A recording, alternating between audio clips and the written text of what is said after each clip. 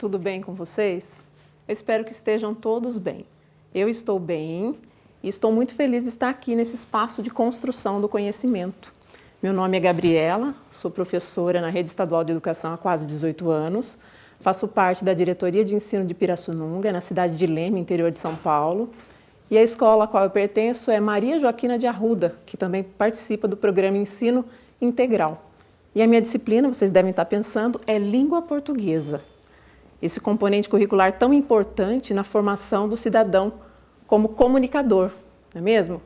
E nada melhor do que as aulas de língua portuguesa para aprimorar essas habilidades comunicativas, né?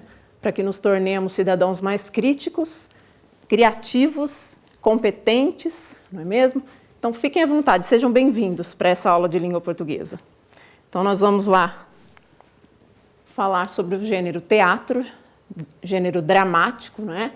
E o nosso público-alvo são os alunos, vocês, nossos adolescentes, né, da primeira série do ensino médio. Espero que vocês gostem desse tema e possa contribuir para a comunicação de vocês. O objetivo da aula é reconhecer e analisar semelhanças e diferenças no teatro narrativo, comédia e tragédia. A habilidade ela é bastante específica também, é identificar as diferenças entre comédia e tragédia. O que nós faremos hoje? Então, nós temos uma pauta aí. Nós vamos aprender um pouquinho sobre o gênero dramático, como ele surgiu. Conheceremos os tipos de textos dramáticos, diferenciando tragédia de comédia. Conheceremos o dramaturgo Gil Vicente. E também conheceremos algumas diferenças entre teatro e cinema. Muito bem, essa é a nossa pauta de hoje. Então, olho na tela. O que é teatro? Então vamos fazer algumas antecipações aí. Tem uma imagem bastante característica, representativa desse tipo de texto, não é? E o que vocês imaginam quando veem essa imagem? Cortinas, não é? Algo vem por trás dessas cortinas. O que será que se apresenta por trás dessas cortinas? Continuando. Mais uma imagem. O que ilustra essa imagem aí? Nós pensamos em cadeiras, pessoas assentadas. Hoje nós estamos num período de isolamento, né? Não estamos podendo frequentar esses locais, mas ainda voltaremos, né? E o que mais dá para nós remetermos a essa imagem? Muitas pessoas se reúnem para assistir uma peça teatral. Você já foi a uma peça de teatro? Então vamos continuar com mais algumas palavras, fazendo antecipações. O que nós pensamos quando nós vamos ao teatro e temos essas palavras aqui, ó, público, plateia.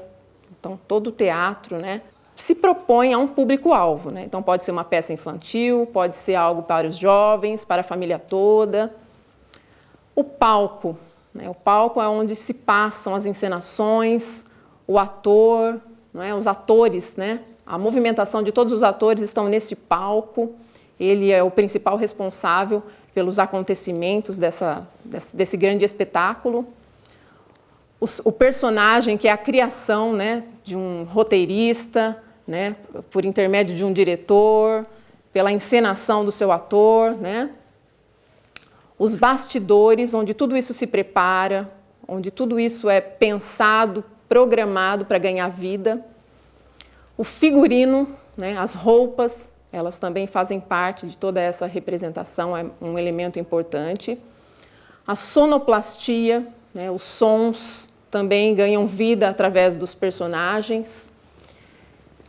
A iluminação também produz essa cena, enriquece o ambiente, né, da encenação. E o espetáculo em si. Então, é uma criação compartilhada, certo? Deu para pensar um pouquinho sobre o que é teatro agora? Então, vamos a esse espetáculo.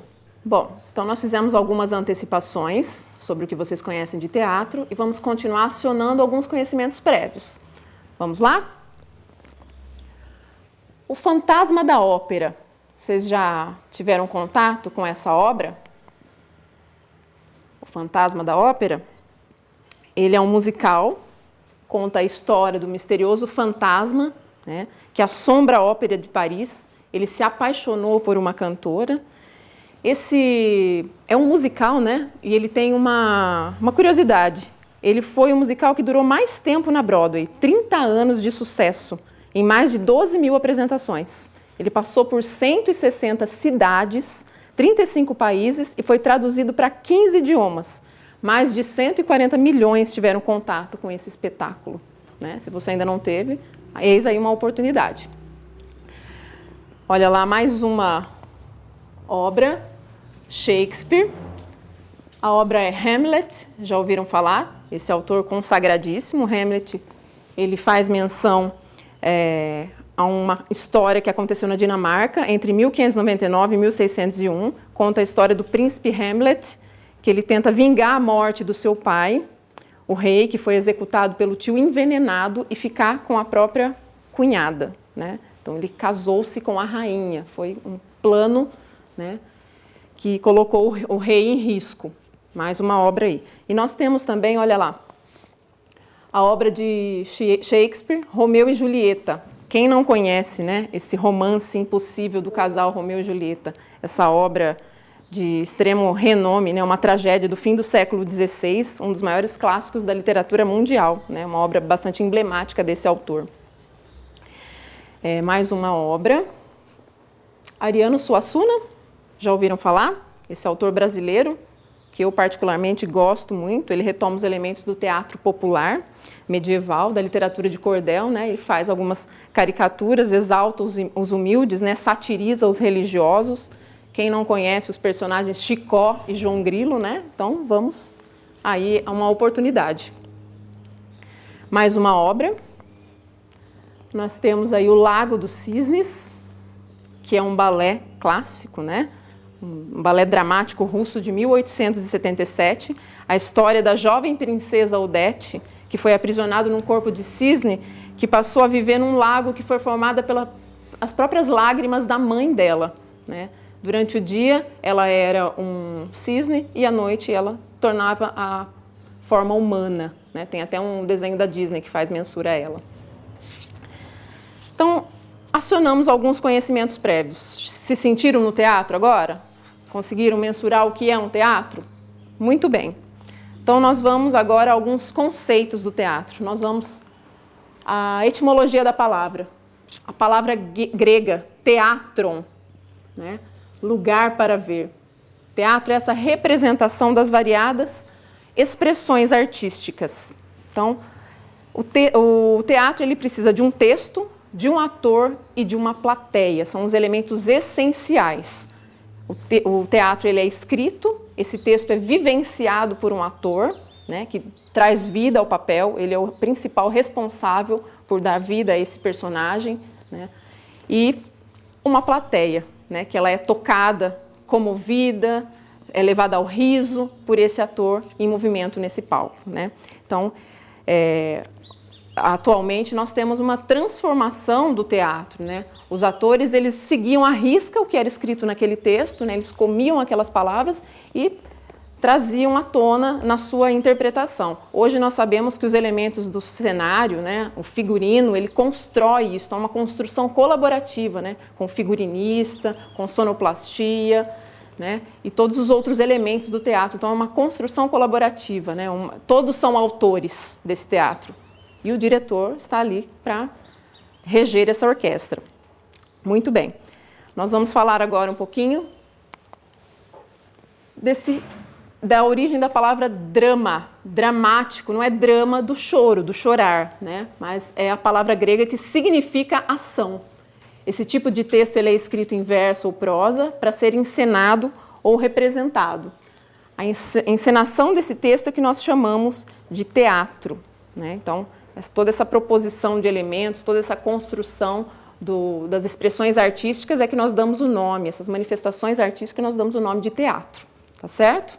Bom, então, viajando um pouquinho na história, nós vamos conhecer o berço da civilização ocidental, a Grécia Antiga, olhando lá a Península Balcânica, né, que deu origem a tudo isso.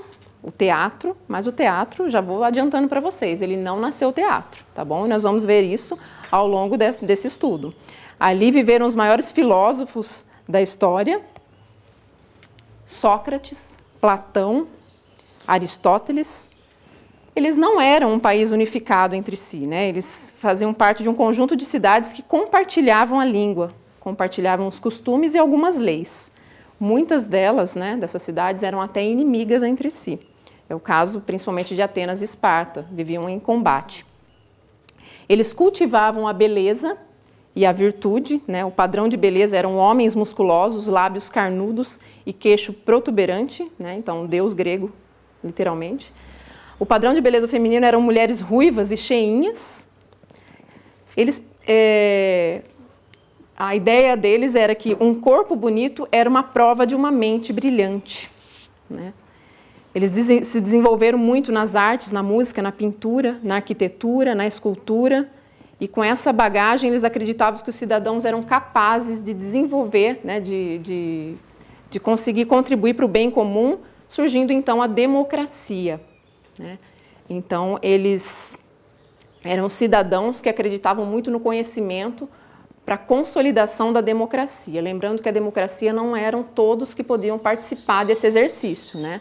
Mulheres, escravos, estrangeiros não tinham direito, né? Somente os homens livres maiores de 18 anos, nascidos em Atenas, certo? Então, só esses que tinham direito de participar das discussões políticas, escravos, estrangeiros, como eu disse, eles eram impossibilitados disso. A economia era baseada na agricultura, através das vinhas, das oliveiras e do trigo, né? Eles tinham uma região bastante montanhosa e, por isso, eles tinham que navegar pelo mar Mediterrâneo, né? Por isso o comércio era muito forte, né? Eles precisavam pegar grãos em outros locais para trazer para a sua população, para a sua sociedade, e assim eles subsistiam. A religião na Grécia Antiga era politeísta, eles cultuavam vários deuses e as histórias dos deuses serviam de ensinamento.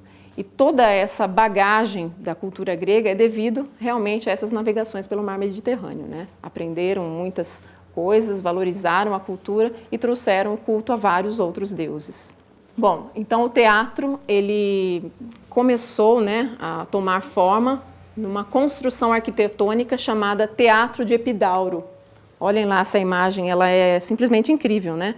É uma arquitetura que foi feita para honrar o deus Dionísio, né? Os gregos eles cultuavam seus deuses e gostavam muito de valorizar, né, seus feitos entre eles e construíram esse teatro que é simplesmente incrível, né? Ao ar livre, nas colinas de Epidauro, na segunda metade do século IV a.C. Ele tem um projeto acústico bastante avançado, né? Então, abriga 14 mil lugares, 55 fileiras com assentos de pedra. Ele tem uma acústica impressionante, né? Então, um simples estalar de dedos, se caísse uma moeda ali no chão, seria ouvido essa sonoridade até a última arquibancada, né? Então, realmente, os gregos valorizavam as artes, né? As ciências e conseguiram, né, construir uma arquitetura desse porte. Continuando ao nosso estudo, nós temos a origem do teatro relacionada aos ritos, né, religiosos, ao deus Dionísio, que era conhecido como o deus do vinho, o deus das festas e o deus do teatro, né? Então, nessas festas, através da dança, através da música, o homem procurava uma aproximação com esse deus, né? E colocavam máscaras, saíam dançando, né, entre os homens e celebravam a vida e a fertilidade, né? Fertilidade tanto das mulheres, né, quanto das plantações. Então, aos poucos, esses rituais eles foram tomando forma até chegar, né, às apresentações teatrais parecidas com o que nós temos hoje. Olhando na tela lá. Nós temos dois tipos de textos dramáticos, né?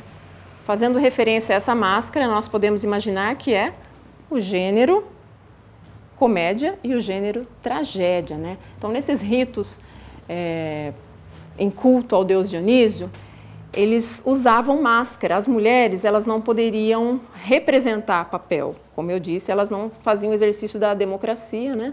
Elas não tinham ainda o seu papel garantido, o seu lugar garantido na sociedade. Então, as máscaras eram a representação delas, né? E elas tinham cores diferentes e tinham expressões diferentes.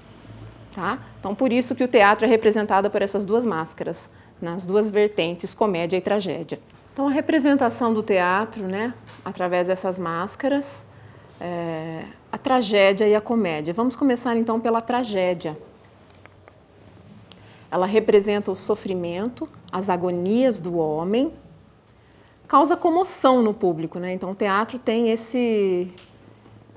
essa vantagem de criar os sentimentos, né, através das encenações. A comoção passa a modificar o pensamento, a sua forma de agir. Ou seja, a pessoa que entrou nessa apresentação teatral, ela não sai da mesma forma que chegou. Trata de temas que envolvem as paixões humanas e apresenta personagens nobres e heróicos, que são os deuses e semideuses. Eu gostaria de contar para vocês um pouquinho a história, uma tragédia, né? Não sei se vocês conhecem, já tiveram contato, mas de Prometeu acorrentado, que foi escrito por Ésquilo, que data aproximadamente de 525 a 456 a.C. Sim, o teatro não é coisa de agora não, né?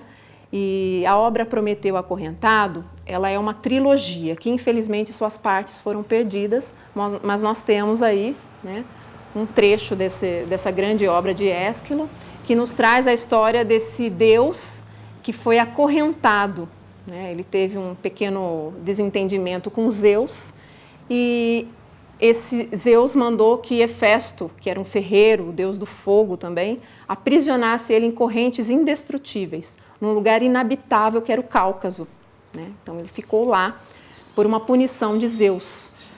Prometeu era muito amante da humanidade, né? Amava demais a humanidade, e ele fez uma coisinha que desagradou a Zeus. Ele roubou o fogo do Olimpo e o entregou aos humanos, né? E Zeus ele já pretendia dizimar a humanidade, né? Porque eles estavam crescendo e ele poderia ser uma ameaça aos deuses, né?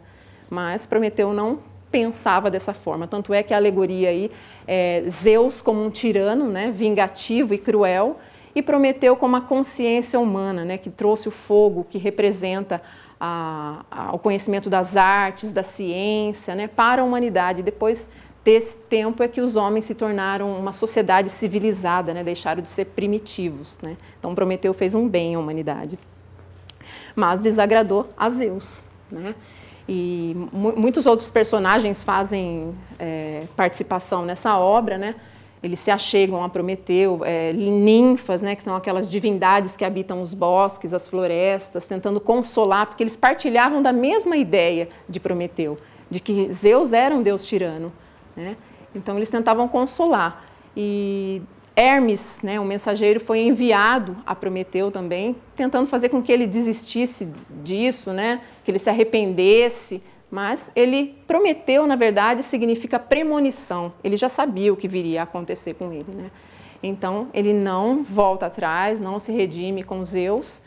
E uma das personagens também que tem contato com ele é Io, a única humana que aparece nessa história. E Zeus tem uma paixão por ela, que não é correspondida, e ele acaba também por puni-la. Ela é transformada numa bezerra e passa a vagar, né, pela terra, sendo perseguida por uma mosca gigante. Mas antes disso, Prometeu conversa com ela, fala de tudo que iria acontecer e fala que um descendente dela viria a libertar Prometeu dessas correntes, né, que depois a gente vem a saber que é Hércules. Mas Prometeu continuou firme ali, né, em seu propósito, e esse texto ele é muito rico porque ele traz essa consciência crítica, né, de todas essas alegorias do fogo, da consciência, né? E eu gostaria de ler um trecho para vocês, um trecho do início dessa obra e um trecho do final. Então, o início dessa obra começa com um dos personagens que se chama Poder. Ele vem realmente reforçar toda essa aflição que Prometeu deveria passar por ela. Eis-nos chegados aos confins da terra, à longínqua região da Sítia, solitária e inacessível. Cumpre-te agora, ó vulcano, pensar nas ordens que recebeste de teu pai e acorrentar este malfeitor com indestrutíveis cadeias de aço a essas rochas escarpadas. Ele roubou o fogo, teu atributo precioso, fator das criações do gênio, para transmiti-lo aos mortais. Terá, pois, que expiar esse crime perante os deuses, para que aprenda a respeitar a potestade de Júpiter e a renunciar a seu amor pela humanidade. Então, o poder ali afrontando Prometeu, né, de acordo com Zeus. E ao final, nós temos uma fala ali de Prometeu. Eu já sabia tudo que ele acaba de me anunciar, que o inimigo sofra todo o mal que lhe pode fazer o outro, nada mais natural, pois que caiam sobre mim os raios fulminantes, que os ventos furiosos inflamem os céus, que a tempestade agitando a terra em seus fundamentos abale o mundo, que flagelos sem exemplo confundam as vagas do oceano com as estrelas da abóbada celeste, que Júpiter, usando seu invencível poder, precipite meu corpo nos abismos do Tártaro, faça a ele o que fizer, eu hei de viver. Então imagina a gente vivendo isso numa apresentação teatral, né? Que emoção, né? É uma experiência incrível realmente o teatro. Então eu indico que vocês leiam peças teatrais, né? Esse texto é bastante rico mesmo. Passamos então ao gênero da comédia. O gênero da comédia ele busca o riso, a alegria, traz reflexão crítica, trata de temas que envolvem o cotidiano e apresenta personagens humanos estereotipados. Ele é considerado um gênero menor, porque o público da comédia, os jurados, eram pessoas do povo ali mesmo, né? Diferente da tragédia, que eram relacionados à nobreza, a deuses, né? E semideuses. Então, nós vamos ter contato agora com uma obra de comédia que se chama Lisístrata. Então, nós vamos estudar um pouquinho esse gênero comédia, né? Com a obra, através da obra Lisístrata. O autor é Aristófanes e data de 411 a.C.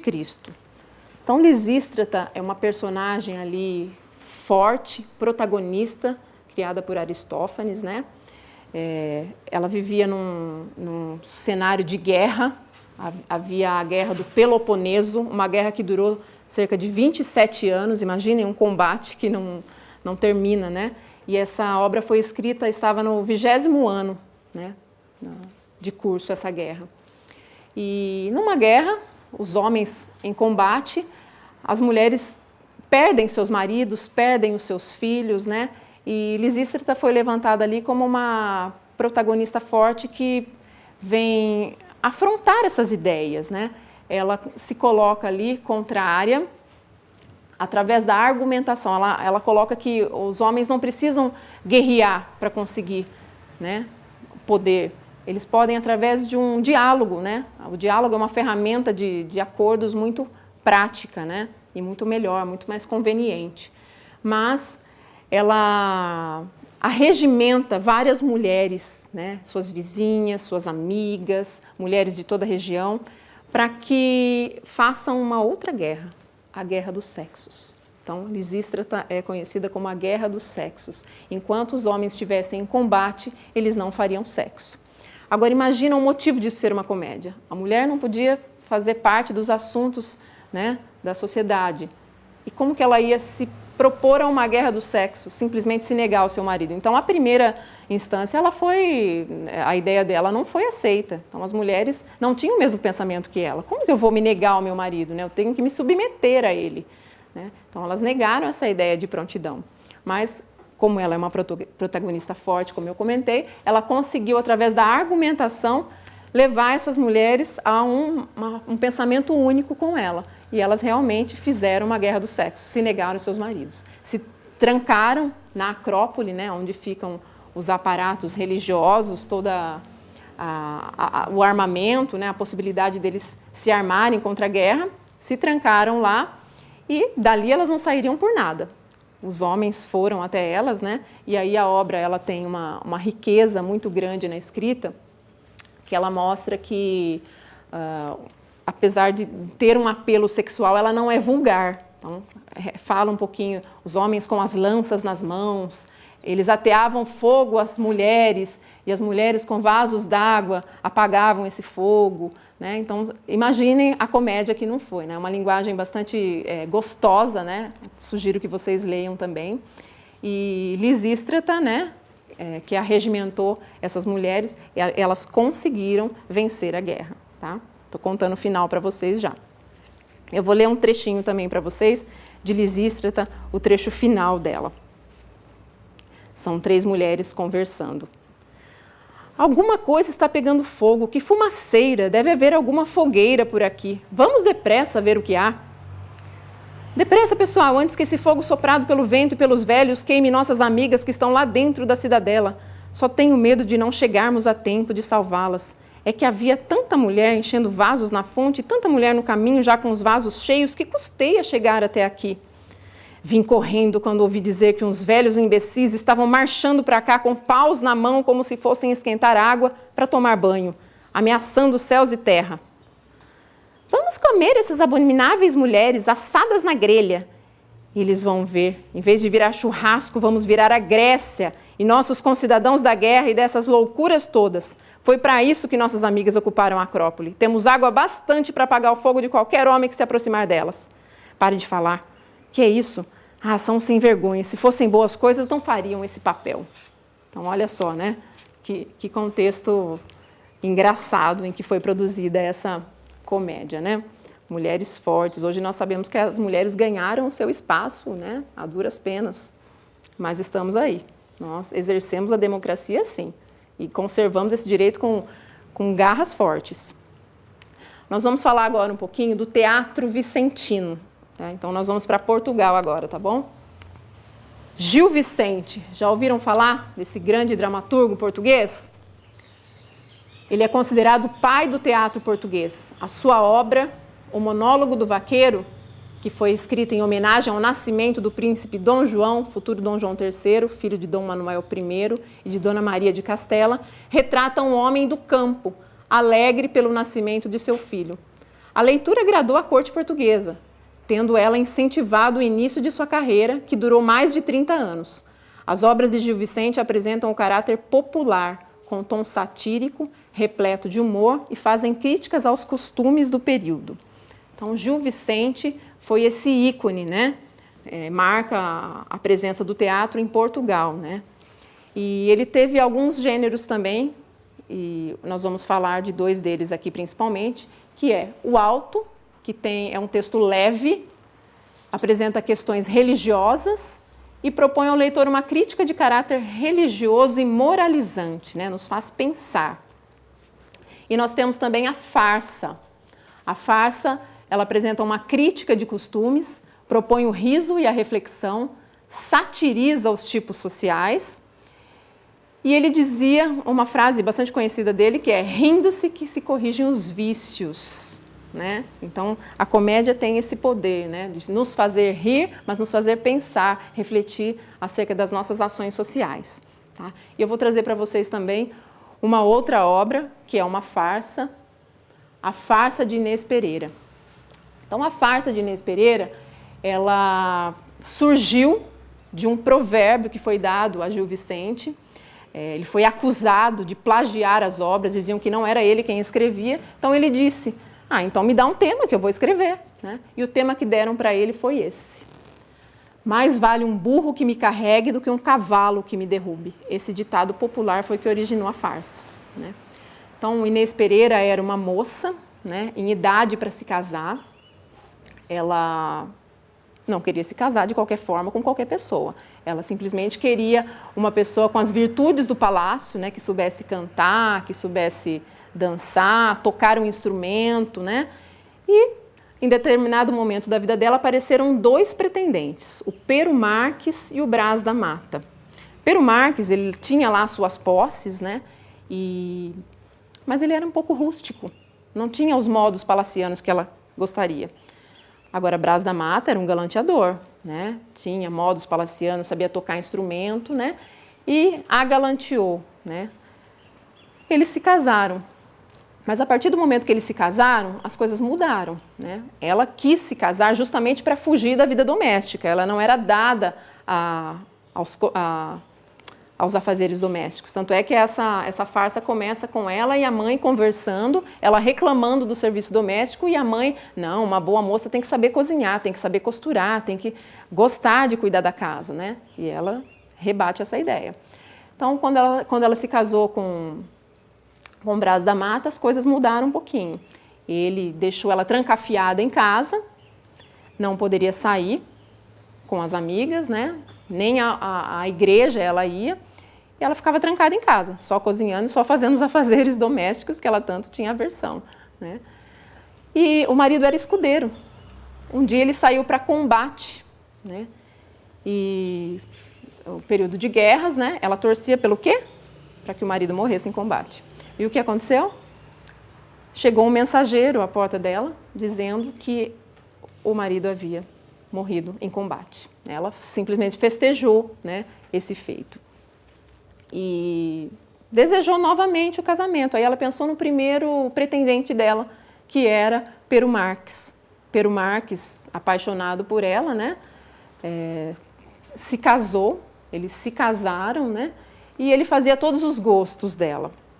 Aí a trama dá continuidade, né, não vou contar tudo para vocês, mas ela encontra, né, um ermitão, que foi um antigo paquera dela, e esse ermitão conta para ela que ele só se tornou um ermitão porque ela se negou a se relacionar, a se casar com ele. Então, seu marido morreu em combate, ela festejou esse acontecimento, né, e pôs-se a pensar novamente no casamento, e pôs-se a pensar justamente no seu primeiro pretendente, que foi Pero Marques. Eles se casaram e ele fazia todos os gostos dela. Ela estava se sentindo realizada. Mas um belo dia ela se encontra com um ermitão e esse ermitão foi um antigo namorado dela, uma antiga paquera, que só virou ermitão e se isolou porque ela não deu bola para ele. A trama continua, né? E dá a ideia de que ela vai trair Pero Marques. E ela marca um encontro com esse ermitão e pede, em conversa com o marido ali, pede para ele levá-la a esse local onde ela se encontraria com o ermitão, sem contar a história, né? E ele a leva, claro, ele faz todas as vontades dela. Tem um momento na trama em que ela precisa atravessar um riacho. E para atravessar o riacho, o marido todo cavalheiro coloca ela sobre os ombros. E daí surge o provérbio que originou essa trama, que é: mais vale um burro que me carregue do que um cavalo que me derrube. Né? Então, incrível esse pensamento de Gil Vicente, né? A comédia foi lançada, o desafio foi, né, cumprido e está aí para a gente, né, se deliciar nessas leituras. Bom, a farsa de Inês Pereira, ela trabalha alguns valores, né? Então nós podemos ver aí na tela: a sociedade corrupta, a condição da mulher, né? Condição da mulher que não é dada aos afazeres domésticos, o mundo é dos espertos, o contraste entre ser e parecer, a essência e a conveniência, né? O oportunismo, tirar proveito das situações, o desprezo pela vida camponesa, o prestígio das maneiras cortesãs e o preconceito pelo rústico. Todos esses valores Gil Vicente conseguiu reunir em uma farsa como essa. Então eu vou ler um trecho para vocês do início dessa peça, tá? É a Inês falando um pouquinho do que ela pensa sobre os afazeres domésticos. Renego deste lavrar e do primeiro que usou, ó diabo que eu dou, que tão mal é de aturar. Ó Jesus, que enfadamento, que raiva, que tormento, que cegueira e que canseira, eu hei de buscar maneira de algum outro aviamento. Coitada assim é de estar encerrada nessa casa como panela sem asa, que sempre está num lugar, e assim hão de ser logrados 2 dias amargurados, que eu possa durar viva, e assim hei de estar cativa em poder de desfiados. Então, uma murmuração a respeito dos afazeres domésticos, né? Nós vamos continuar agora com uma certa comparação com o teatro e o cinema. Então, olha lá. Teatro e cinema, qual é a aproximação dessas duas ideias? Né? O teatro, como eu disse para vocês, começou nos ritos, o culto ao deus Dionísio, passou a ser teatro, as representações que provocam sentimentos, né? Provocam crítica. E o cinema? O cinema, a linguagem veio para a linguagem cinematográfica, né? Então ganhou espaço, chegou chega em muitas casas hoje, né? O teatro, ele é o texto teatral, ele é um roteiro, ele é composto de sequências, de cenas, né? Os atores, eles devem representar as ações descritas, então eles assimilam os outros elementos e constroem esse personagem através da associação desses elementos. As reações ao texto são síncronas, instantâneas, ou seja, o ator está em encenação e ele sabe se o público gostou ou não, se foi engraçado ou se foi trágico, ele já sabe quais são as reações do público na hora. As performances dos atores são frequentemente marcadas por movimentos alongados e expressões faciais carregadas, né? Então eles precisam ter expressões mais alongadas, né? Eles precisam ter essas ações mais expressivas no palco, eles podem ter essa movimentação, né? O enredo teatral segue um movimento que vai de uma situação de conflito a uma resolução. Então, um começo, um meio e um fim. E tudo isso acontece ali, né, naquele momento, diferentemente do cinema. O cinema, ele tem um roteiro cinematográfico e é composto de takes, tomadas, né? A câmera registra e desde a hora que ela é ligada, ela fica até o final, né? Construindo os takes. O diretor é quem coordena as ações descritas no roteiro. Então, o ator, ele tem essa liberdade em se utilizar desses elementos, né, do figurino, de toda a sonoplastia em seu favor para construir o seu personagem. Aqui, o centro é o diretor, é ele quem dá as dicas, é ele quem direciona esse trabalho. O olhar e as reações do espectador cinematográfico são guiados por composições de câmeras. Então, nós, no teatro, temos uma liberdade para esses olhares. Ali, no cinema, nosso olhar é conduzido justamente pelas câmeras. As cenas podem ser filmadas mais de uma vez, né? Eles têm esse recurso, que no teatro não tem. As filmagens não precisam seguir a sequência do enredo, elas podem ser gravadas, né, e editadas depois. As cenas podem ser montadas em momentos distintos da captação. E as reações ao enunciado cinematográfico, elas não são instantâneas, elas vêm depois. Então, nós ficamos sabendo, né, se as pessoas gostaram ou não depois. Nós vemos muitas obras cinematográficas com sucesso de bilheteria, né? E é só aí que a gente vê o resultado.